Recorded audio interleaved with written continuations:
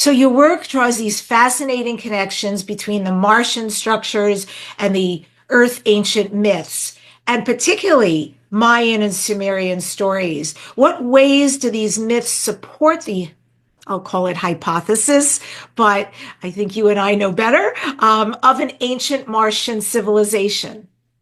Well, this connection started with the famous Face on Mars, Right. which NASA took with the back in 1976. United States was celebrating its bicentennial.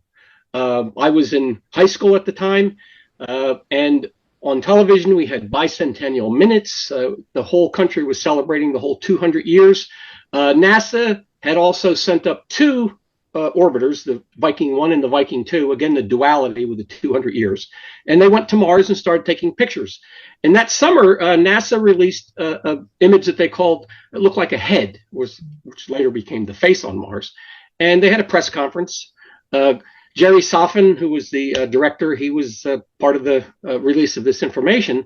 And it got a lot of attention. And then a week later, they said, oh, we took another picture of that, and it was a trick of light and shadow. There was nothing there. And NASA hoped everybody forgot about it. And that was my first introduction into this whole idea of civilizations or structures on Mars. And when NASA had taken better pictures of this face, what we found was that the face on Mars really didn't look like Frank Sinatra or Elvis Presley. It wasn't symmetrical. It was a bifurcated, two-faced structure, very much like you find in the New World cultures, like the Maya, the Olmec, the Aztec. They do a lot of these two-faced human, feline, or life and death masks that you see. A lot of museums have these. Very interesting idea, and it's all composite art. The Western ideal, like the Romans and the Greeks, everything was highly symmetrical, and that was their classic beauty.